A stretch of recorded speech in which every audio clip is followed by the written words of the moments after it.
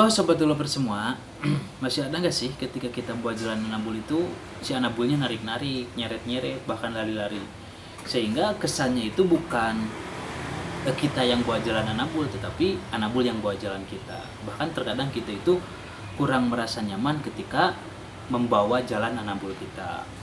Nah, pada kesempatan kali ini kita akan berbagi tips, kita akan berbagi cara bagaimana caranya supaya si anabul kita itu lebih enak ketika dibawa jalan. Karena pada dasarnya yang bagus itu ketika kita buat jalan anabul, si anabul kita itu fokus ya, ke kita, posisinya berada di samping kita, tidak mendahului kita.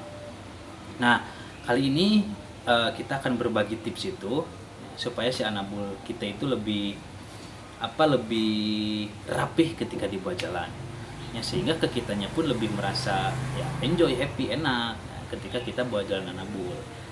Oke, untuk itu kalian bisa tonton video ini sampai habis supaya kalian bisa mempraktekannya di rumah, karena mungkin ini tips dan cara yang paling mudah untuk mengajarkan anabul kalian supaya tidak narik-narik ketika kita buat jalan.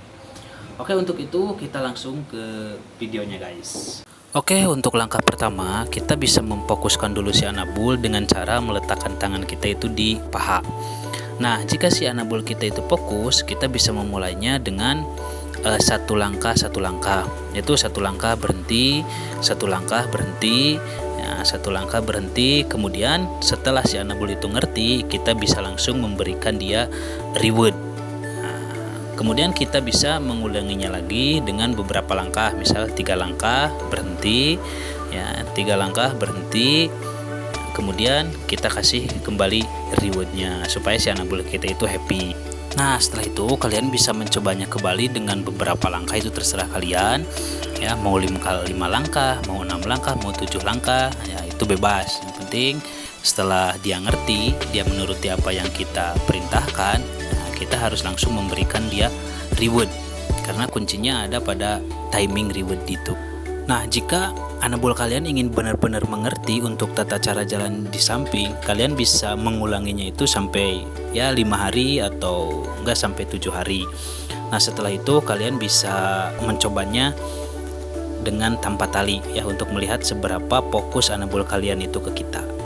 Oke, sobat developer semua, mungkin itu beberapa tips dan cara yang paling mudah untuk mengajarkan anabul kalian supaya ketika dibuat jalan itu tidak narik-narik ataupun lari-lari ke sana kemari. Nah, itu tips dan cara yang paling sederhana lah. Mungkin semua orang juga bisa mempraktekannya di rumah. Namun sering saya ingatkan di video-video sebelumnya, ketika kita ingin melatih anabul, kuncinya cuma satu, yaitu konsistensi. Minimal sehari itu kita harus bahkan wajib membawa anabul kita untuk latihan. Ya, materinya kalau si anabul kita itu belum ngerti, ya udah kita lulusin dulu materi itu.